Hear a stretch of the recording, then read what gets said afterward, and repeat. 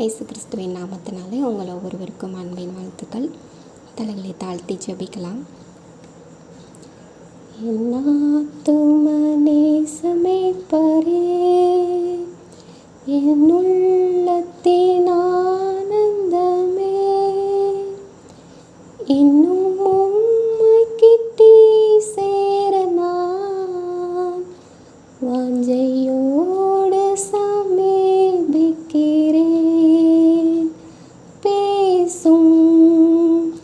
பேசும் ஜெபம் செய்யும் போது ஆண்டவா பிரியமானதை இப்போ காட்டும் செய்ய ஆயத்தம். நல்ல தகப்பனை, நன்றியோடு நாங்கள் உம்மை துதிக்கிறோம், உம்மை சோத்தரிக்கிறோம் அப்பா. தகப்பனை, இந்த இரவு நேரத்திற்காக கூட நமக்கு நன்றி செலுத்துகிறோம் தகப்பனை. இந்த நேரத்திலும் அப்பா, உங்க பரிசுத்த பாதத்துல நாங்கள் எல்லாரும் ஒன்று கூடும்படியாக கர்த்தர் எங்களுக்கு தந்த இந்த நல்ல கிருபைகளுக்காக, ஸ்லாக்கியத்திற்காக நன்றியோடு நாங்கள் உம்மை துதிக்கிறோம், உம்மை சோத்தரிக்கிறோம் அப்பா. இந்த வேலையிலும் தகப்பனை, எங்களை ஒவ்வொருவரையும் தாழ்த்தி உங்க கரத்துல நாங்கள் அர்ப்பணித்து ஜெபிக்கிறேன். ஆண்டவரே, நீங்க எங்களோடு கூட பேசும்படியா நாங்கள் ஜெபிக்கிறோம். இசப்பா, எங்களோடு கூட நீங்க இடைப்படுங்க. உங்க பிரசனத்தினால் கர்த்தர் எங்களை மூடிக்கொள்ள வேண்டும் என்று சொல்லி நாங்கள் ஜெபிக்கிறோம். இசப்பா, எங்கள் குற்றங்கள், குறைகள் எல்லாவற்றையும் கர்த்தர் ஒரு விசையாக நீங்க மன்னித்தருளும்படியா நாங்கள் ஜெபிக்கிறோம். இசப்பா, நீரே ஆட்கொண்டு வழி நடத்துங்க. மீட்பர் இயேசு கிறிஸ்துவின் மூலம் ஜெபிக்கிறேன் ஜீவனுள்ள நல்ல பிதாவே, ஆமேன் ஆமேன். இந்த நாளிலும் நம்ம என்ன தலைப்பின் கீழ் பார்க்கலாம் அப்படின்னு சொன்னா, எதில் பிரியப்படுகிறோம் அல்லது நம்மளுடைய ஆசை எதின் மேல் இருக்கிறது அப்படின்னு சொல்லி நம்ம பார்க்க போறோம். எதில் பிரியப்படுகிறோம் அப்படின்னு சொல்லி இன்றைக்கும் ஒரு 3 நபர்களை குறித்து நம்ம பார்க்க போறோம். முதலாவதாக தாவீது ராஜாவை பத்தி நம்ம பார்க்க போகிறோம். சங்கீதம் 119:97. சங்கீதம் 119:97. உமது வேதத்தில் நான் எவ்வளவு பிரியமாயிருக்கிறேன், நாள் முழுவதும் அது என் தியானம் அப்படின்னு சொல்லி தாவீது ராஜா சொல்கிறத நம்ம பார்க்கிறோம். உம்முடைய வேதத்தில் நான் எவ்வளவு பிரியமாயிருக்கிறேன் அப்படின்னு சொல்லி தாவீது ராஜா சொல்கிறத நம்ம பார்க்கிறோம். அப்போ இவருடைய பிரியம் எதன் மேல இருக்குது அப்படின்னு சொன்னா வேதத்தின் மேல இருக்குது இல்லையா? அதன் மேல ஒரு வாஞ்சை, அதன் மேல ஒரு விருப்பம், எப்போதும் அதை என்ன பண்ணிட்டே இருக்கிறாராம், தியானிக்கிறார் அப்படின்னு சொல்லி வசனம் சொல்கிறது. நாள் முழுவதும் அது என் தியானம் அப்படின்னு சொல்லி சொல்றாரு. அப்போ நாள் ஃபுல்லாவே அவர் அதை பத்தி தான் என்ன பண்ணிட்டே இருக்கிறாரு, சிந்தித்து கொண்டிருக்கிறார். அந்த வேதத்தின் என்ன வசனம் இருக்கு, என்ன வார்த்தை கொடுக்கப்பட்டிருக்கிறது அப்படின்னு சொல்லி அதை தியானித்து அதை குறித்தே சிந்தித்து கொண்டிருக்கிறார். ஸோ இன்றைக்கு நம்மளுடைய பிரியம் அந்த வேதத்தின் மேல இருக்குதா? ஸோ ஒருவேளை நம்ம வேதத்தை வாசிக்கிறவங்களா இருக்கலாம், ஒருவேளை நெருக்கடியின் மத்தியில நம்ம வாசிக்கிறவங்களா இருக்கலாம், இல்லை கடமைக்காக, இல்லை காலையில் எந்திரிச்சோடனே அந்த வேதத்தை நான் படித்தே ஆகணும் அப்படின்னு சொல்லி ஒரு கடமைக்காக அதை ஒரு வேளை நம்ம தேடுகிறவர்களாக இருக்கலாம், இல்லை உண்மையான வாஞ்சையோட உண்மையான விருப்பத்தோட நம்ம ஒரு வேளை அதை எடுத்து வாசிக்கிறவர்களாக இருக்கலாம். ஆனால் தாவீது ராஜா சொல்றாரு, அது என் தியானம் அப்படின்னு சொல்றாரு இல்லையா? ஸோ அப்போ நம்ம தியானிக்கிறவர்களா நம்ம இருக்கிறோமா அப்படின்னு சொல்லி சிந்தித்து பார்க்க அழைக்கப்படுகிறோம். ஸோ அந்த வேதத்தை பிரியமா எடுத்து அதை நம்ம என்ன பண்ணுறோம், அதை வாசிக்கிறோமா, அந்த வசனத்தை அன்னைக்கு ஃபுல்லாக உட்காந்து நம்ம சிந்திக்கிறோமா, கர்த்தர் இந்த நாளில் என் கூட என்ன பேசியிருக்கிறாரு, என்ன என் கூட சொல்ல விரும்புகிறாரு, என்ன எனக்கு கற்றுக் கொடுக்க விரும்புகிறாரு, எதை என்கிட்ட இருந்து எடுக்க விரும்புகிறாரு அப்படின்னு சொல்லி அதை நம்ம சிந்திக்கிறோமா, அதை தியானிக்கிறோமா அப்படின்னு சொல்லி இந்த நாளில் நம்ம சிந்தித்து பார்க்க நம்ம அழைக்கப்படுகிறோம். வேதத்துல பிரியமா இருந்து நம்ம அதை வாசிக்கிறோமா, அதை வாஞ்சிக்கிறோமா இல்லையா? தாவீது ராஜா எப்போதுமே அதை ரொம்ப வாஞ்சியோடு அவர் என்ன பண்றாரு, ரொம்ப தாகத்தோடு அதை என்ன பண்ணுவாரு, ரீட் பண்றதை நம்ம பார்க்க முடியும். சங்கீதம் 1:1 கூட நம்ம பார்ப்போம், கர்த்தருடைய வேதத்தில் பிரியமா இருந்து இரவும் பகலும் அவருடைய வேதத்தில் தியானமா இருக்கிற மனுஷன் பாக்கியவான் அப்படின்னு சொல்லி. இப்போ கர்த்தருடைய வேதத்துல பிரியமா இருந்தா அப்போ இரவும் பகலும் அதுல நம்ம பிரியமா இருக்கிறோமா அப்படின்னு சொல்லி நம்ம சிந்தித்து பார்க்க நம்ம அழைக்கப்படுகிறோம். இந்த உலக பிரகாரமான காரியங்களுக்கு நம்ம அதிகமா நம்ம முக்கியத்துவம் கொடுப்போம் இல்லையா? எதுல நமக்கு அதிக ஆசை வருது, எதுல அதிகமா விருப்பம் வருது, எதுல அதிகமா வாஞ்சை வருது இல்லையா? அதை நம்ம சிந்தித்து பார்க்கணும். வேதத்தோட நம்ம ஒன்றி நம்ம வாழ்கிறவர்களா நம்ம இருக்கிறோமா, இரவும் பகலும் அது நம்ம கைகளில் இருக்குதா, நம்ம இருதயத்தில் இருக்குதா, நம்ம அதை வாயில் அறிக்கை எடுக்கிறோமா, வாயில் வருதா, வசனங்கள் நம்ம இருதயத்தில் இருந்தால் தான் வெளியே வரும் இல்லையா? ஸோ அப்போ இருதயத்துக்குள்ளே போகணும்னா அதை ஆழமாக நம்ம என்ன பண்ணணும், படிக்கணும், அதை மனப்பாடம் செய்யணும், அதை நம்ம இருதயத்தில் பதித்து கொள்ளணும். அப்போ எப்போதும் நம்ம என்ன பண்ணணும், அதில் பிரியமாக இருந்து அதை நம்ம என்ன பண்ணணும், வாசிக்கும் போது தேவன் நம்மளோடு கூட இடைப்படுகிற தேவனாக இருக்கிறாங்க. ஸோ எப்போ நம்ம வந்து அவர் சமூகத்தில் போகலாம் அப்படின்னு சொல்லி அந்த ஆசை, அந்த விருப்பம் நமக்கு எப்போது இருக்கணும். ஸோ அதே மாதிரி சங்கீதம் 119 113 அவர் சொல்கிறாரு. சங்கீதம் 119 113 வீண் சிந்தைகளை நான் வெறுத்து உமது வேதத்தில் பிரியப்படுகிறேன் அப்படின்னு சொல்லி சொல்றாரு. அப்போ வீணான சிந்தைகள் எனக்குள்ள ஒரு வேளை ஓடிக்கொண்டிருந்தால் அதை எல்லாவற்றையும் நான் என்ன பண்றேன், வெறுக்கிறேன் அப்படின்னு சொல்லி சொல்றாரு. அவருடைய பிரியம் எதன் மேல போதான், உமது வேதத்தில் நான் பிரியப்படுகிறேன் அப்படின்னு சொல்லி சொல்கிறத நம்ம பார்க்கிறோம். ஸோ இன்றைக்கு நம்ம எந்த நிலைமையில இருக்கிறோம், ஸோ நம்மளுடைய சிந்தை எப்படிப்பட்டதா இருக்கிறது, நம்முடைய சிந்தை எதனால நிரப்பப்பட்டதா இருக்கிறது இல்லையா? பாவம் நிறைந்த உலகத்துக்குள்ள நம்ம இருக்கிறோம். ஸோ அதிகமா நம்ம இடத்த பிடிக்கிறது வந்து செல்ஃபோன் தான் இல்லையா?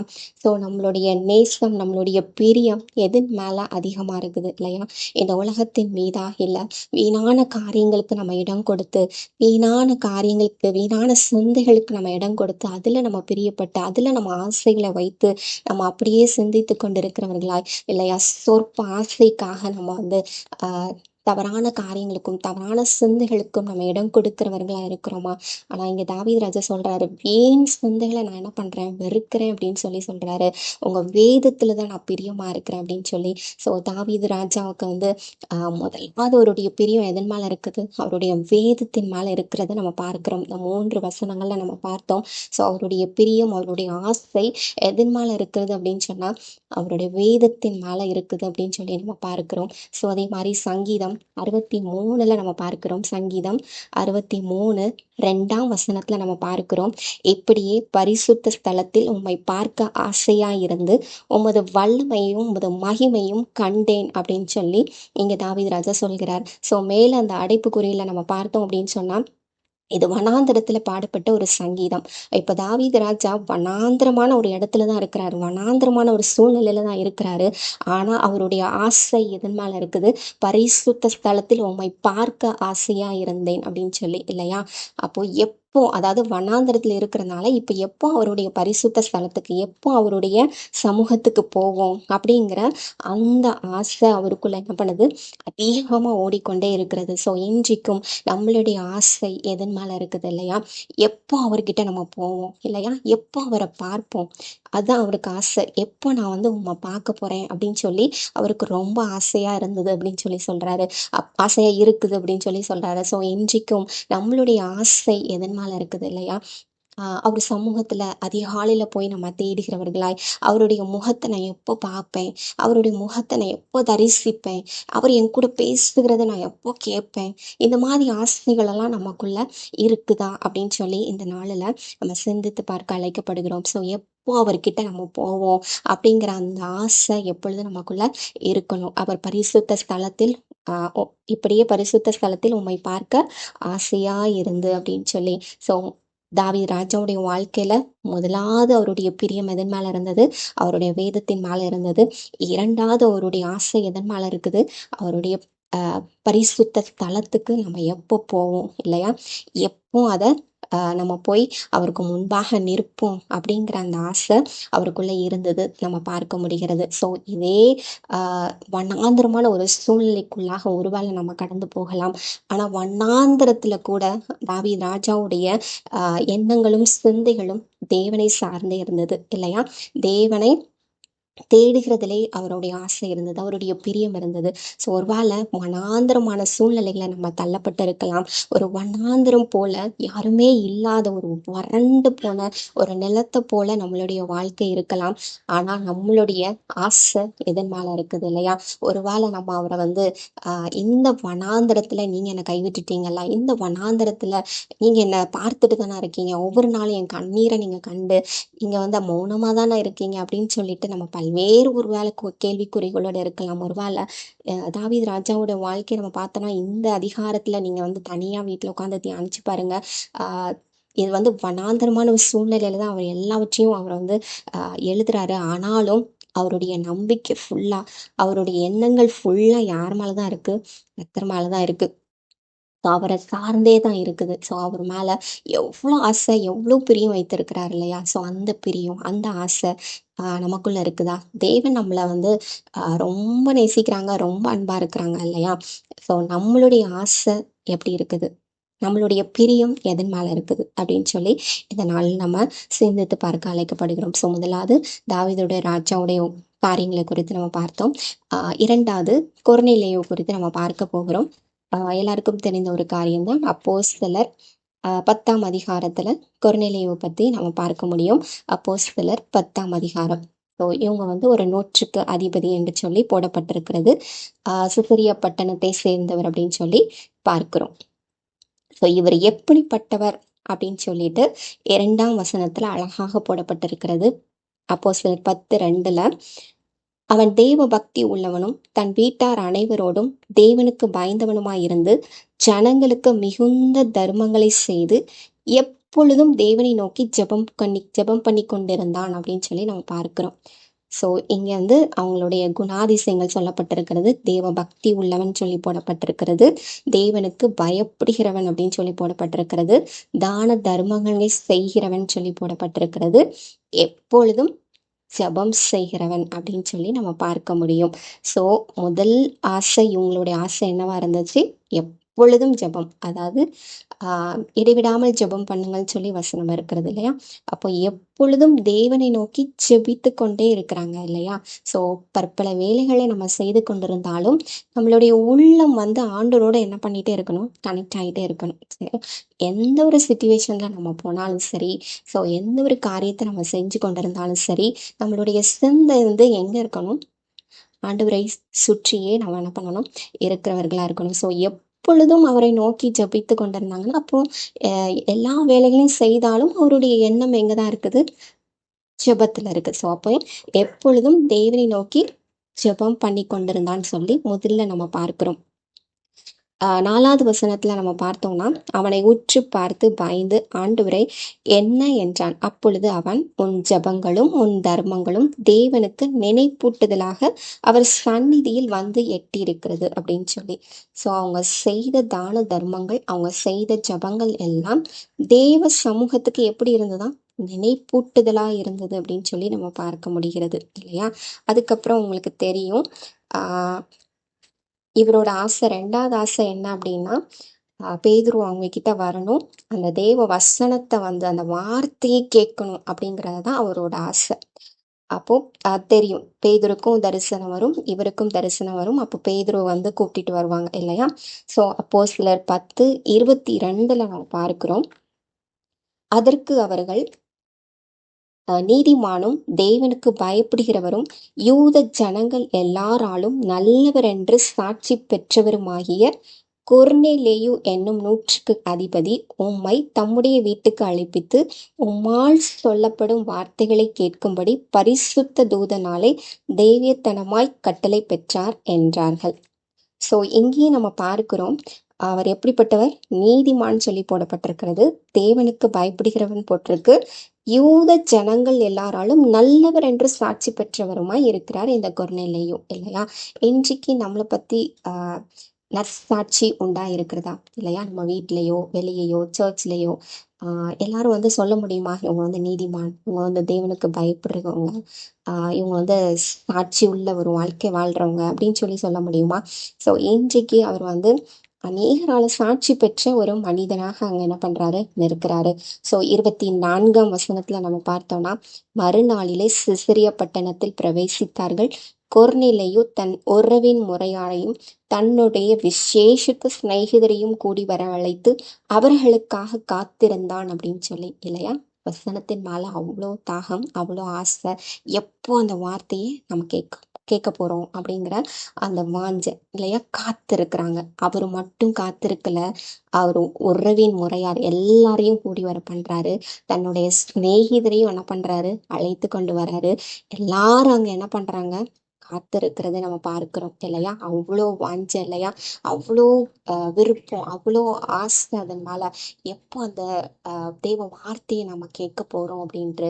இன்றைக்கு நம்ம தேவ வார்த்தையை அதிகமா நம்ம கேட்கிறோம், சர்ச்ல கேட்கிறோம், இந்த ஆன்லைன் மீட் வழியா கேட்கிறோம், யூடியூப் மூலமா கேட்கிறோம், இன்னும் பல்வேறு காரியங்கள் மூலமாய் ஆண்டவருடைய வார்த்தையை நம்ம கேட்கிறோம். வார்த்தையை கேட்கறது மட்டும் இல்ல, நம்மளுடைய வாழ்க்கையில அதை என்ன பண்ணணும்? செயல்படுகிறதா இருக்கணும் இல்லையா? கொர்நேலியும் தேவ பக்தி உள்ளவனா இருந்தாங்க, தேவனுக்கு பயப்படுகிறவங்களா இருந்தாங்க இல்லையா? ஸோ இன்றைக்கு நம்ம அப்படிப்பட்டவர்களா இருக்கிறோமா? வெறும் வார்த்தையை நம்ம கேட்டு கேட்டு கேட்டு அப்படியே நம்ம விட்டு கொண்டு செல்கிறவர்களா இருக்கிறோமா? இல்லை, அது எனக்குள்ள அது செயல்படுகிறதா இருக்கிறதா, எனக்குள்ள ஒரு மாற்றத்தை உருவாக்குகிறதா இருக்கிறதா அப்படின்னு சொல்லி சிந்தித்து பார்க்க நம்ம அழைக்கப்படுகிறோம். இந்த அளவுக்கு தாகத்தோட நம்ம அந்த தெய்வ வார்த்தைக்காக நம்ம காத்திருக்கிறோமா இல்லையா? ஏதோ சண்டே சர்வீஸ்ல யூஸ்வலா வழக்கமா கொடுக்குற அந்த செய்தி தான் அப்படின்னு சொல்லிட்டு நம்ம இருக்கிறோமா இல்லையா? அவர் சமூகத்துல நம்ம முந்தின நாளே காத்திருந்து, இன்றைக்கு என் கூட என்ன பேச போறீங்க, இன்றைக்கு என் கூட என்ன நீங்க இடைப்பட போறீங்கன்னு சொல்லி நம்ம அந்த காத்திருக்கிற அந்த அனுபவத்துக்குள்ள நம்ம இருக்கிறோமா? அந்த ஆசை நமக்குள்ள இருக்குதா? அந்த விருப்பம் நமக்குள்ள இருக்கிறதா? இந்த கொர்நேலியுக்குள்ள இருந்த மாதிரி இல்லையா? தான் மட்டும் பலன் அடையணும் அவர் நினைக்கல இல்லையா? அந்த அனுபவத்தை அவர் மட்டும் சுதந்திரிக்கணும் அப்படின்னு சொல்லி நினைக்கல. பேர்பட்ட ஒரு நல்ல குணாதிசயம் அவருக்குள்ள இருந்தது இல்லையா? தான் மட்டும் நல்லா இருக்கணும் அவர் நினைக்கல. ஸோ எல்லாரும் வந்து அந்த வசனத்தை என்ன பண்ணணும்? கேட்கணும். எல்லாரும் விடுதலை பெற்றுக்கொள்ளணும் அப்படின்னு சொல்லி, எல்லாரும் ரட்சிக்கப்படணும் அப்படின்னு சொல்லி அவருக்குள்ள அந்த ஆசையும் விருப்பமும் இருந்தது. ஸோ இன்றைக்கு நம்மளுடைய ஆசை எப்படிப்பட்டதா இருக்கிறது இல்லையா? ஸோ அதே மாதிரி ஆஹ் 33ஆம் வசனத்துல அழகாப்படப்பட்டிருக்கிறது. அந்தபடியே நான் உடனே உம்மிடத்திற்கு ஆள் அனுப்பினேன். நீர் வந்தது நல்ல காரியம். தேவனாலே உமக்கு கட்டளையிடப்பட்ட யாவையும் கேட்கும்படிக்கு நாங்கள் எல்லோரும் இப்பொழுது இங்கே தேவ சமூகத்தில் கூடி இருக்கிறோம் என்றான் இல்லையா? நீங்க இங்க வந்தது நல்லது அப்படின்னு சொல்லி பேதுரு அது சொல்றதையும், தேவனாலே உமக்கு கட்டளையிட்ட யாவையும் கேட்கும்படிக்கு நாங்க எல்லாரும் இப்ப எங்க இருக்கிறோம்? தேவ சமூகத்துல கூடி இருக்கிறோம் அப்படின்னு சொல்லி சொல்கிறதை நம்ம பார்க்கிறோம் இல்லையா? ஸோ அந்த தேவ வார்த்தையை கேட்கறதுக்கு அவங்க எல்லாரும் தேவ சமூகத்துல என்ன பண்றாங்க? காத்திருக்கிறாங்க, கூடி இருக்கிறாங்க இல்லையா? ஸோ அன்றைக்கு அவங்களுக்குள்ள ஒரு ரட்சிப்பு வந்தது நமக்கு தெரியும். கடைசியில நம்ம பார்த்தோம்னா அவங்களுக்குள்ள பரிசுத்த ஆவியானவர் இறங்குகிறதையும் நம்ம பார்க்க முடியும். கடைசியில அவங்க தியான ஸ்நானத்தையும் என்ன பண்ணாங்க? பெற்றுக்கொண்டாங்க இல்லையா? ஸோ இன்றைக்கு நம்ம அப்படிப்பட்ட வாஞ்சையோட தெய்வ வார்த்தையை நம்ம கேட்கிறோமா அப்படின்னு சொல்லி சிந்தித்து பார்க்க நம்ம அழைக்கப்படுகிறோம் இல்லையா? அது எனக்குள்ள கிரியை செய்யலை அப்படின்னு சொன்னா அந்த வார்த்தைகள் ஒவ்வொன்றும் அப்படியே காத்தோட என்ன பண்ணணும்? பறந்து போயிடும் இல்லையா? ஸோ என் வாழ்க்கையில நான் என்ன பண்ணணும்? அதை செயல்படுத்தணும். இன்றைக்கு கத்திரிடத்திலிருந்து வந்த வார்த்தை என்னது? அது என் கூட என்ன பேசுச்சு? என் கூட என்ன இடைப்பட்டுச்சு அப்படின்னு சொல்லி நம்ம என்ன பண்ணணும்னா உட்கார்ந்து சிந்திக்கணும். அங்க வச்சு கேட்டதோட மாத்திரத்துல நம்ம என்ன பண்ணிடுறோம்? அதை அப்படியே நம்ம விட்டுட்டு போயிடுறோம் இல்லையா? திரும்ப அடுத்து வேற செய்தி, திரும்ப அடுத்து வேற செய்தி, இப்படியே நம்ம வந்து நிறைய காரியங்கள் கேட்கறது தப்பு இல்லை. நிறைய காரியங்களை நமக்கு வந்து ஆண்டவர் சில நேரம் உணர்த்துகிற காரியங்களை நம்ம என்ன பண்ணணும்? கேட்டு அதன்படி நம்ம செய்கிறவர்களா என்ன பண்ணணும்? முற்படணும். ஸோ அதுதான் தேவன் நம்ம இடத்துல என்ன பண்றாங்க? எதிர்பார்க்கிற காரியம். ஸோ இன்றைக்கும் அவருடைய வார்த்தையை நம்ம என்ன பண்ணணும்? வாஞ்சையோடு நம்ம பார்க்கணும். ஆசையோடு என்ன பண்ணணும்? காத்திருக்கணும். ஸோ அந்த காத்திருப்பு தேவன் நம்ம இடத்துலயும் என்ன பண்றாங்க? எதிர்பார்க்கிறாங்க. ஸோ இப்பல இருந்து நம்ம என்ன பண்ணலாம்? ட்ரை பண்ணலாம். ஸோ சண்டே மெசேஜ் கேட்கும் போதோ இல்லை ஏதோ ஒரு இடத்துல இருந்து நம்ம தேவ வார்த்தையை கேட்க போறோம் அப்படின்னு சொன்னா ஒரு நிமிடம் என்ன பண்ணலாம்? நம்ம தலைகளை தாழ்த்தி ஜெபித்து இவங்க மூலமா இன்னைக்கு என் கூட என்ன பேச போறீங்க அப்படின்னு சொல்லி நம்ம ஜெபிச்சு நம்ம ஆசையோட நம்ம அதுல காத்திருக்கும் போது கர்த்தர் நிச்சயமா நம்ம கூட என்ன பண்றாங்க? பேசுகிற தேவனா இருக்கிறாங்க. ஸோ 2வது கொர்நேலியு வாழ்க்கையின் மூலமாய் நம்ம கற்றுக்கொண்டது எப்பொழுதும் ஜெபிக்கிறதுக்கு ஒரு ஆசை இல்லையா? ஸோ நம்மளும் எப்பொழுதும் என்ன பண்ணணும்? ஜெபிக்கிறவர்களா இல்லையா? எப்பவும் போவோம் இல்லையா? எப்போ நான் அவர்கிட்ட போய் நின்று பேசுவேன்? எப்போ அதாவது நெருக்கடியான வேலையில கண்ணீரின் மத்தியில நம்ம அவர் சமூகத்துல போயிருப்போம். ஆனா நல்லா வாழ்ந்திருக்கும் போதும், நல்லா ஆண்டவர் நம்மளை ஆசீர்வதித்திருக்கும் போதும் நம்ம என்ன பண்ணணும்? அதே வாஞ்சையோட, அதே விருப்பத்தோட என்ன பண்ணணும்? அவர் சமூகத்துல போய் நம்ம என்ன பண்ணணும்? ஜெபங்களை ஏறெடுக்கிற பிள்ளைகளாய் நம்ம இருக்கணும்னு தேவன் விரும்புகிறாங்க. ஸோ எப்பொழுதும் என்ன பண்ணணும், ஜெபிக்கிற அந்த ஆசை நமக்குள்ள வரணும். அதை மாத்திரம் தேவ வார்த்தை என்ன பண்ணணும், கேட்கறதுக்கு அவளோட நம்ம என்ன பண்ணணும், காத்திருக்கிற பிள்ளைகளாய் நம்ம இருக்கணும் அப்படின்னு சொல்லி தேவன் விரும்புகிறாங்க. ஸோ அடுத்ததாக நம்ம பார்க்கிறோம், ஆஹ் சகையோட வாழ்க்கையை குறித்து நம்ம பார்க்க போகிறோம். லூக்கா 19ஆம் அதிகாரம். ஸோ எல்லாருக்கும் தெரியும் இல்லையா, லூக்கா 19ஆம் அதிகாரத்துல சகையை பத்தி போடப்பட்டிருக்கும். ஸோ இவங்க வந்து ஒரு ஆயக்காரன் இல்லையா. ஸோ ஆயக்காரனுக்கு தலைவனும் ஐஸ்வர்யவானுமாய் இருந்த சகைவு எனப்பட்ட ஒரு மனுஷன். 19ஆம் அதிகாரம் 3ஆம் வசனத்துல பார்க்கிறோம். இவங்களுக்குள்ள என்ன ஆசை அப்படின்னா, இயேசு எப்படிப்பட்டவரோ என்று அவரை பார்க்க வகை தேடினான் அப்படின்னு சொல்லி வசனம் சொல்லுகிறது. ஸோ அப்போ இயேசு எப்படிப்பட்டவரோ அப்படின்னு சொல்லி நான் பார்க்கணும் அப்படின்னு சொல்லி சகைவுக்குள்ள ஆசை. ஸோ அவங்க வந்து ரொம்ப குள்ளமான ஒரு மனுஷன் இல்லையா. அப்போ அவங்களுக்கு இங்கிருந்து என்ன அங்க நடந்து போகிற இயேசுப்பா வந்து தெரியல. ஸோ இப்போ எப்படி பார்க்கலாம் அப்படின்னு கூட்டத்துல அவங்களுக்கு வந்து பார்க்க முடியல, கூட்டம் அதிகமா இருக்கு, பார்க்க முடியல. ஸோ அப்போ அவங்க வந்து ஒரு காட்டத்தி மரத்துல என்ன பண்றாங்க, ஏறுறாங்க. ஸோ இயேசு எல்லாவற்றையும் அறிந்திருக்கிறார் இல்லையா. ஸோ இவங்களுக்குள்ள இருந்த ஆசையை கூட ஆண்டவர் நிறைவேற்றுகிறத நம்ம பார்க்கிறோம் இல்லையா. இயேசு அந்த இடத்துக்கு வந்தபோது அண்ணாந்து பார்த்து அவனை கண்டு, சகையுவே, நீ சீக்கிரமா இறங்கி வா, இன்றைக்கு நான் உன் வீட்டிலே தங்க வேண்டும் என்றார். ஸோ இவனுக்கு வந்து இயேசு எப்படிப்பட்டவரோ பார்க்கணும் ரொம்ப ஆசை. ஆசை நிமித்தமா அது என்ன பண்ணி எப்படியாவது நான் என்ன பண்ணிடணும், பார்த்துடணும் அப்படின்னு சொல்லிட்டு ஒரு மரத்து மேலே ஏறி நிற்கிறாரு இல்லையா. ஸோ அந்த டைம்ல ஏசு வந்து அண்ணாந்து பார்த்து கூப்பிடுறாங்க. அவனுக்கு எப்படி இருந்திருக்கும் இல்லையா, மிகுந்த சந்தோஷமா இருந்திருக்கும் இல்லையா. இன்றைக்கு நான் உன் வீட்டில் தான் தங்க போறேன், நீ என்ன பண்ணு, சீக்கிரமா இறங்கி வா அப்படின்னு சொல்லி இங்க சொல்கிறதை நம்ம பார்க்கிறோம் இல்லையா. ஸோ இன்றைக்கும் ஏசு எப்படிப்பட்டவர் அப்படின்னு சொல்லி நம்ம அறிந்திருக்கிறோம் இல்லையா. அவர் எப்படிப்பட்டவர், அவர் எப்படி வல்லமையுள்ள தேவன் அப்படின்னு சொல்லி நம்ம அறிந்திருக்கிறோம் இல்லையா. அவரை தேடுகிறதற்கு நம்ம எவ்வளோ ஆசைப்படுறோம் இல்லையா. அவரை காண்கிறதற்கு நம்ம எவ்வளோ ஆசைப்படுறோம். இவங்க எப்படியாவது பார்த்துடணும், அவர் எப்படிப்பட்டவர் நான் பார்க்கணும் அப்படின்னு சொல்லிட்டு இல்லையா. ஸோ அப்போ நமக்கும் அந்த ஆசை நமக்குள்ள இருக்குதா. அதிகாலையில் என்னை தேடுகிறவர்கள் என்னை கண்டடைவார்கள் அப்படின்னு சொல்லி வசனம் இருக்கிறது இல்லையா. அப்போ காலையில என்னை பார்க்க வருகிறவங்க என்னை கண்டடைவார்கள். அப்போ அதிகாலையில் அவரை தேடுகிறவர்கள் இல்லையா. ஸோ அப்படிப்பட்ட ஒரு ஆசை, அப்படிப்பட்ட விருப்பம் நமக்குள்ள இருக்குதா அப்படின்னு சொல்லி சிந்தித்து பார்க்க நம்ம அழைக்கப்படுகிறோம் இல்லையா. ஸோ எப்படி அவர் எப்படி இருப்பாரு அப்படின்னு சொல்லி பார்க்க ஆசை. ஆனா இன்றைக்கு நான் உன் வீட்டில் தான் தங்க போறேன் அப்படின்னு சொல்லி அவரை வந்து என்ன பண்றாரு, கீழே இறக்கி ஜீசஸ் வந்து கூட்டிட்டு போறாங்க இல்லையா. அவன் சீக்கிரமா இறங்கி சந்தோஷத்தோட அவரை என்ன பண்றாரு, அவரை அழைத்து கொண்டு போனான் அப்படின்னு சொல்லி. அப்போ மிகுந்த சந்தோஷத்தோட முதல்ல அவனுக்கு ரொம்ப அவளோட ஓடி இருப்பாரு இல்லையா. ஸோ இப்போ அவருக்கு ரொம்ப சந்தோஷம். ஆனா அங்க சுற்றில இருக்கப்பட்டவங்க என்னெல்லாமோ பேசுறாங்க, இவன் வந்து பாவியான மனுஷன், இவன் வீட்டுக்கு போய் ஏசப்பா போறாங்களே அப்படின்னு சொல்லிட்டு எல்லாரும் பேசுறாங்க. ஒருவேளை அது அவனுக்குள்ள ஒரு காயத்தை உண்டாக்கி இருக்கலாம் இல்லையா. ஆனா இயேசுவுக்கு அவன் இடம் கொடுத்து எப்போ இயேசுவை தன்னோட வீட்டுக்கு அவன் அழைச்சிட்டு போறானோ அந்த செகண்ட்ல அவனுக்குள்ள என்ன வருது, ஒரு மனமாற்றம் வருது இல்லையா. நான் வந்து யார்கிட்டயாவது அதிகமா வாங்கியிருந்தேன்னா அதை நான் என்ன பண்ணிடுவேன், ஆழத்தனையா நான் என்ன பண்ணிடுவேன், திருப்பி கொடுத்துருவேன் அப்படின்னு சொல்லி. ஸோ இன்றைக்கும் இயேசு நம்மளுடைய இருதயத்துல அவர் வந்தார் அப்படின்னு சொன்னா நம்ம அவரை பிரியப்படுத்துகிற பிள்ளைகளா மாறுவோம் இல்லையா. ஸோ அது வரைக்கும் அவருடைய வாழ்க்கை வந்து ஒரு பாவம் நிறைந்த ஒரு வாழ்க்கையாக தான் இருந்தது. எப்போ இயேசுக்கு இடம் கொடுத்தாரோ ஸோ அன்றைக்கு ஒரு மனம் திரும்புதல் இல்லையா. ஸோ இன்றைக்கு நம்ம வந்து இயேசு என் இருதயத்துக்குள்ள நீங்க இருங்க அப்படின்னு சொல்லி நம்ம கேட்கும்போது, ஸோ வெளிப்படுத்தல கூட நம்ம ஒரு வசனம் வாசிப்போம் இல்லையா. வெளிப்படுத்தல் 3ஆம் அதிகாரம் 20ஆம் வசனத்துல, இதோ வாசற்படியிலே நின்று தட்டுகிறேன், ஒருவன் என் சத்தத்தை கேட்டு கதவை திறந்தால் அவனிடத்தில் நான் பிரவேசித்து அவனோட போஜனம் பண்ணுவேன், அவனும் என்னோட போஜனம் பண்ணுவான் அப்படின்னு சொல்லி வசனம் இருக்கிறது. அப்போ இதோ வாசற்படியில் நின்று தட்டுகிறேன், ஒருவன் என் சத்தத்தை கேட்டு கதவை திறந்தால் தான். அப்போ சத்தத்தை கேட்டு நம்ம கதவை திறந்தா மட்டும்தான் அவர் என்ன பண்றாரு, உள்ளேயே பிரவேசிக்கிறாரு இல்லையா.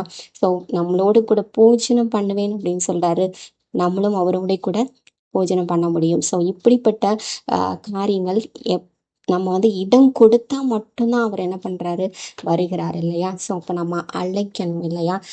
இருதயத்துக்குள்ள எப்போதும் நீங்க வாசம் பண்ணுங்க, எங்க மத்தியில நீங்க உலாவுங்க, எங்க மத்தியில நீங்க இருங்க அப்படின்னு சொல்லி நம்ம எப்போதும் கேட்டுட்டே இருக்கும்போது நம்மளும் என்ன பண்ணுவோம், தேவனை பிரியப்படுத்துகிற பிள்ளைகளா இல்லையா? நமக்குள்ள ஒரு மாற்றம் வரணும். நமக்குள்ள மறைந்திருக்கிற அந்த தேவையற்ற காரியங்கள் என்னென்ன இருக்குதோ அது எல்லாவற்றையும் விட்டு விடுகிறதற்கு யார் உதவி செய்வா?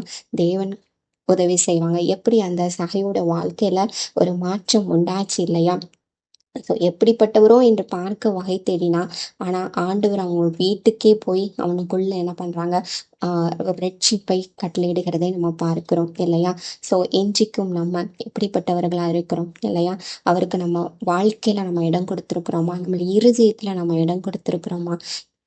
அந்த விருப்பம் இல்லையா? ஏசப்பா என்கிட்ட வரணும், ஏன் உள்ளத்துல அவர் இருக்கணும் அப்படிங்கிற அந்த ஆசை நமக்குள்ள இருக்குதா அப்படின்னு சொல்லி வசந்தது பார்க்க நம்ம அழைக்கப்படுகிறோம் இல்லையா?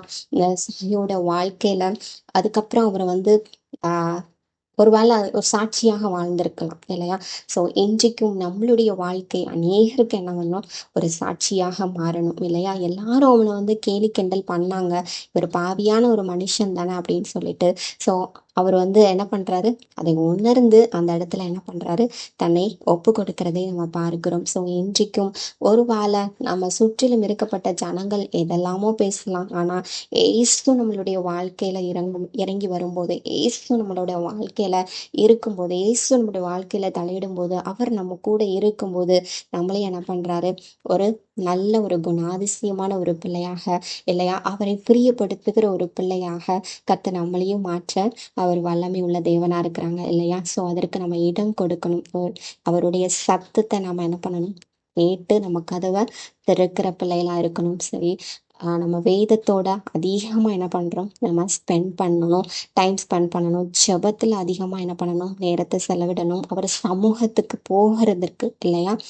அந்த வாஞ்சியும் அந்த விருப்பமும் எனக்குள்ள தாங்க அப்படின்னு சொல்லி நம்ம கேட்கும்போது தேவன் நமக்கும் என்ன பண்றாங்க, அருளி செய்கிற தேவனா இருக்கிறாங்க. மத்தேயு எழுதின சுவிசேஷம் 6 21 நம்ம பார்க்கிறோம். மத்தேயு எழுதின சுவிசேஷம் 6 21 நம்ம பார்க்கிறோம். உங்கள் பொக்கிஷம் எங்கே இருக்கிறதோ அங்கே உங்கள் இருதயம் இருக்கும் அப்படின்னு சொல்லி வசனம் சொல்கிறது. அப்போ நம்மளுடைய பொக்கிஷம் எங்கே இருக்கிறது இல்லையா? எதன் மேல நம்மளுடைய ஆசை இருக்குதோ ஸோ அங்கதான் என்ன இருக்கும், நம்மளுடைய இருதயமும் இருக்கும் அப்படின்னு சொல்லி வசனம் இருக்குது. ஸோ நம்மளுடைய ஆசை எங்க இருக்குது, அந்த வேதத்தை எப்போ எடுத்து படிப்போம் இல்லையா? வாட்ஸ்அப்பில் என் ஃப்ரெண்டு மெசேஜ் பண்ணியிருப்பாளா அப்படின்னு அவளோட நம்ம பார்ப்போம்.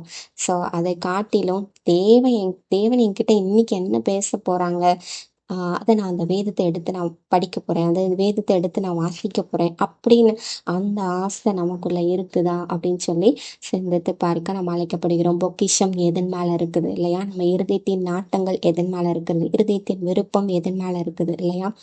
ஸோ எப்போ நான் வந்து அவர் சமூகத்தில் காத்திருந்து அந்த வார்த்தையை பெற்றுக்கொள்ள முடியும் இல்லையா? அந்த வார்த்தையை நான் எப்போ அதை தியானிக்க முடியும், எப்போ நான் ருசிக்க முடியும் அப்படிங்கிற அந்த ஆசையெல்லாம் நமக்குள்ள இருக்கணும் இல்லையா? ஓ, இப்படிப்பட்ட ஆசையும் விருப்பமும் கர்த்தர் நமக்குள்ள தந்திரணும் அப்படின்னு சொல்லி இன்றைக்கு நம்ம என்ன பண்ண போறோம், அவரை நோக்கி நம்ம பார்க்க போறோம். இன்றைக்கு 3 மனிதர்களை குறித்து நம்ம பார்த்தோம் இல்லையா? அவங்களுடைய ஆசையும் அவங்களுடைய விருப்பமும் எதன் மேல இருந்தது அப்படின்னு சொல்லி நம்ம இந்த நாளில பார்த்தோம் இல்லையா? ஸோ இதே விருப்பத்தையும் வாஞ்சையும் எனக்குள்ள நீங்க தாங்க அப்படின்னு சொல்லி இப்ப நம்ம கேட்க போறோம். கர்த்தர் நம்ம ஒவ்வொருவருக்குள்ளேயும் அந்த விருப்பத்தையும் அந்த வாஞ்சையும் நமக்குள்ள என்ன பண்ண போறாங்க, வைக்க போறாங்க. ஸோ நம்ம தலைகளை தாழ்த்தி நம்ம என்ன பண்ண போறோம், ஆண்டவர் சமூகத்துல நம்ம ஒப்பு கொடுக்க போறோம். தகப்பனே, நன்றியோடு நாங்கள் உம்மை துதிக்கிறோம், உம்மை ஸ்தோத்தரிக்கிறோம் அப்பா, ஸ்தோத்தரிக்கிறோம் தகப்பனே. நாங்கள் எதில் பிரியப்படுகிற பிள்ளைகளா இருக்கிறோம் தகப்பனே. இந்த நாளில ஆண்டவரே தகப்பனே, எங்களுடைய பிரியம் எதன் மேல இருக்கிறது என்று சொல்லி தகப்பனே எங்களுக்கு காண்பீங்க தகப்பனே. நாங்கள் உம்மை பிரியப்படுத்த ஆண்டவரே தவறின காரியங்கள், ஆண்டவரை உம்மை விட்டு தகப்பனே, உங்க சமூகத்தை விட்டு தகப்பனே ஓடின நாட்கள், ஆண்டவரே தகப்பனே உடைய வேதத்தை மறந்து ஓடின நாட்கள், ஆண்டவரே தகப்பனே எல்லாவற்றையும் கர்த்தர் எங்களுக்கு மன்னிப்பீராக. ஏதோ கடமைக்காக இன்றைக்கு காலையில நான் வேதத்தை படிக்கணும், இன்றைக்கு காலையில நான் வேதத்தை வேதத்தை படிக்காம நான் வெளியே செல்லக்கூடாது அப்படிங்கிற ஆண்டவரே ஒரு கடமைக்காக நான் கிறிஸ்தவனா இருக்கிறதுனால அந்த வேதத்தை நான் எடுத்து வாசிக்கணும் அப்படின்னு சொல்லி தகப்பனே அப்படிப்பட்ட எண்ணங்கள் தகப்பனே எங்களுக்குள்ள ஒரு வேளை இருக்கும் என்று சொன்னால் ஆண்டவரே இந்த நாளில் தகப்பனே அது எல்லாவற்றையும் நீங்க நீக்கி போடும்படியா நாங்கள் ஜெபிக்கிறோம் இசப்பா. தகப்பனே எங்களுடைய பெரிய ஆண்டவரை எங்களுடைய வாஞ்ச ஆண்டவரை எங்களுடைய விருப்பம் எல்லாம் அந்த வேதத்தின் மேல ஆண்டவரை மாறட்டும் என்று சொல்லி நாங்கள் ஜெபிக்கிறோம் இசப்பா. இந்த உலகத்தின் காரியங்களுக்கும் இந்த உலகத்தின் பொருட்களுக்கும் நாங்கள் எவ்வளோ இம்பார்ட்டன்ஸ் கொடுக்குறோம் ஆண்டவரை. ஆண்டவரே உங்க வேதத்துக்கு நாங்கள் குறைவாக தான் இடம் கொடுக்குறோம். அது எல்லாவற்றையும் கர்த்தர் இந்த நாளில் எங்களுக்கு நீங்க மன்னித்திருளும்படியா நாங்கள் ஜெபிக்கிறோம் இசப்பா. தகப்பனை நாள் முழுதும் அது என் தியானம் என்று சொல்லி தாவீது ராஜா சொல்றாங்க. ஆண்டவரே தகப்பனை நாள் முழுவதும் அது எங்கள் தியானமா இருக்குதா அப்படின்னு சொல்லி ஆண்டவரே தகப்பனை அது எங்களுக்கு ஒரு கேள்விக்குறியாத தகப்பனின் இருக்கிறோம். தகப்பனை நீங்க எங்களுக்கு உதவி செய்யுங்க இசப்பா. ஆண்டவரே நாள் முழுவதும் நாங்க தகப்பனை அதன் மேல ஆசை வைக்க எங்களுக்கு கிருபை தாங்க. அந்த வேத வசனங்களை தகப்பனை நாங்க ரிப்பீட்டடா தகப்பனை பார்க்கிறதுக்கும் வாசிக்கிறதுக்கும் ஆண்டவரை தியானிக்கிறதற்கும் எங்களுக்கு நீங்க கிருபை கொடுங்க ஆண்டவரை. தகப்பனை அப்படிப்பட்ட பிரியம் எங்களுக்குள்ள உண்டாகட்டும் என்று சொல்லி நாங்கள் ஜெபிக்கிறோம். ஆண்டவரே வனாந்திரமான கர்த்தாவை வாழ்க்கைக்குள்ளாக அவங்க சென்றாலும் உங்களை அவங்க மறக்கிறதே இல்லை. ஆண்டவரை உங்க சமூகத்தை நாடுகிறதுக்கு மறக்கிறதே இல்லை. ஆண்டவரை உண்மை தேடுகிறதுக்கு அவங்க மறக்கிறதே இல்லை தகப்பனே. ஆண்டவரை எங்களுடைய வனாந்திரமான சூழ்நிலைக்குள்ளாக நாங்கள் கடந்து போனாலும் ஆண்டவரை எங்களுடைய தகப்பனை பிரியமும் எங்களுடைய ஆசையும் எதன் மேல இருக்கிறது தகப்பனே. ஆண்டவரை அந்த பிரச்சனையே நாங்கள் கர்த்தாவை சிந்தித்து கொண்டு ஆண்டவரை கர்த்தாவை இந்த பிரச்சனைகளுக்குள்ளாகவே தகப்பனை நாங்கள் மூழ்கி இருக்கிறவர்களா இருக்கிறோமா? ஆண்டவரை தகப்பனை எங்களை ஒரு விசையாக நீங்க கழுவுங்க ஆண்டவரை. தகப்பனை வனாந்திரத்துல நாங்க இருந்தாலும் தகப்பனே ஆண்டவரே கர்த்தாவை எப்போ தகப்பனை உங்க ஸ்தலத்துக்குள்ளாக நாங்க வருவோம், எப்போ உங்க ஸ்தலத்துல வந்து நாங்க உங்களை பார்ப்போம்னு சொல்லி ஆண்டவரே அந்த ஆசை அந்த விருப்பம் எங்களுக்குள்ள நீங்க தாங்க தகப்பனே. அப்பா உம்மை துதிக்கிறோம் ஆண்டவரை. ஏனா தானோ என்று சொல்லி தகப்பனை உடைய ஆலயத்துக்குள்ளாக நாங்கள் செல்கிறது உண்டு. நிர்விசாரத்தோடு உங்களை நாங்கள் தேடுகிறது உண்டு தகப்பனே. அதெல்லாவற்றையும் கர்த்தர் இந்த நாளில் ஆண்டவரை எங்களுக்கு மன்னித்திருளும்படியா நாங்கள் ஜெபிக்கிறோம். ஆசையோட விருப்பத்தோட என் தேவாதி தேவனை நான் சந்திக்க போறேன், என் ராஜாதி ராஜாவை நான் பார்க்க போறேன், என் தகப்பனை நான் சந்திக்க போறேன்னு சொல்லி ஆண்டவரே அந்த வாஞ்சையோட தகப்பனை இனி நாங்கள் செல்வதற்கு அந்த பிரியத்தோட நாங்கள் கர்த்தாவை நோக்கி பார்ப்பதற்கு ஆண்டவரே இந்த நாளில் கர்த்தரை எங்களை ஆண்டவரை நீங்க தகுதிப்படுத்தும்படியா ஜெபிக்கிறோம் இசப்பா. குர்நேலியோ அவங்களுடைய வாழ்க்கையில ஆண்டவரை தேவ வார்த்தையை கேட்கறதுக்கு அவ்வளோ ஆசை, அவ்வளோ விருப்பம் ஆண்டவரை. தகப்பனை வார்த்தைகளை நாங்கள் அதிகமாக கேட்குறோம், ஆனால் அது எங்களுக்குள்ள எவ்வளவாய் செயல்படுகிறது தகப்பனே. ஆண்டவரை எங்களுக்குள்ள ஒரு மாற்றத்தை அது உண்டாக்குகிறதா இருக்கிறதா?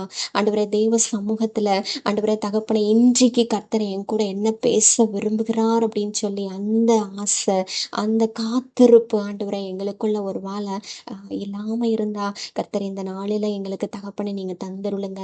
அந்த கர்த்தாவை காத்திருக்கிற அந்த காத்திருப்பு ஆண்டவரை தகப்பனை எங்களுக்குள்ள நீங்க வைங்க. அந்த தாகத்தை எங்களுக்குள்ள நீங்க வைங்க தகப்பனை. அந்த ஆசை எங்களுக்குள்ள நீங்க வைங்க தகப்பனே.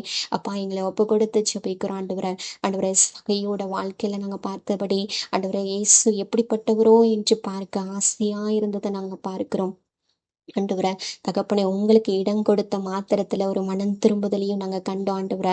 தகப்பனை அதே போல ஆண்டவரை வாசற்படியிலிருந்து தட்டுகிற உமக்கு ஆண்டவரை தகப்பனை நாங்க எங்க வாழ்க்கையில நாங்க முழு இடத்தையும் நாங்க கொடுக்கணும் ஆண்டவரை. ஏதோ ஒரு இடத்த மாத்திரம் நாங்கள் உங்களுக்கு கொடுத்துட்டு போகிறவர்களா இல்ல, எங்களுடைய வாழ்க்கை முழுவதையும் ஆண்டவரை எங்க இறுதியும் முழுவதையும் தகப்பனை உங்ககிட்ட நாங்க ஒப்பு கொடுத்து ஆண்டவரை தகப்பனை நாங்க வாழ்வதற்கு ஆண்டவரை கிருபை கொடுக்கும்படியா நாங்கள் ஜெபிக்கிறோம் இசப்பா. தகப்பனை சோத்தரிக்கிறோம் ஆண்டவரை. நன்றியோடு நாங்கள் துதிக்கிறோம். இந்த நாளிலும் ஆண்டவரை இணைந்திருக்கிற ஒவ்வொருவரையும் உங்க கரத்துல அர்ப்பணித்து ஜெபிக்கிறார் ஏசப்பா. ஆண்டவரை ஒவ்வொருவரையும் கர்த்தாவை நீங்க பலப்படுத்துங்க. அப்படிப்பட்ட வாஞ்சியும் விருப்பத்தையும் இந்த வேலையில கேட்ட ஒவ்வொருவருக்கும் கர்த்தர் நீங்க அருளி செய்யும்படியா ஜெபிக்கிற ஏசப்பா.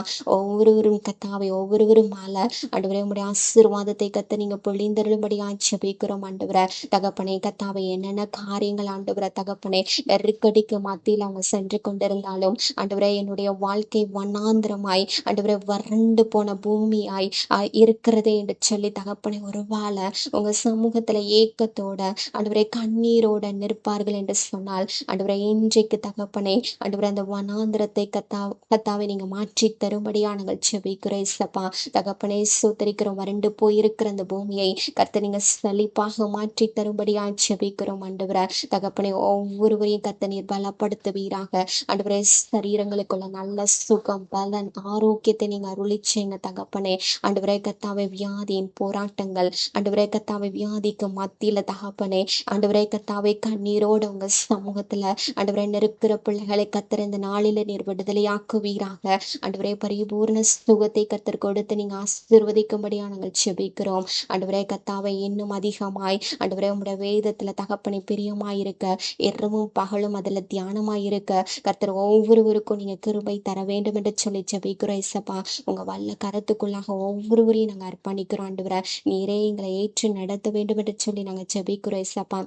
தகப்பனே ஆண்டவரே ஒவ்வொருவர் சிரசின் மேல உங்க ஆசீர்வாதம் தங்கட்டும் என்று சொல்லி ஜெபிக்கிறோம் தகப்பனே. ஆண்டவரே நீங்க தகப்பனே ஒவ்வொருவரையும் பாதுகாத்து நீங்க வழி நடத்துங்க. சகல துதிகன மகிமையெல்லாம் உமக்கே நாங்க செலுத்துகிறோம். இயேசு கிறிஸ்துவின் மூலம் ஜெபிக்கிறேன் ஜீவனுள்ள நல்ல பிதாவே. ஆமேன் ஆமேன்.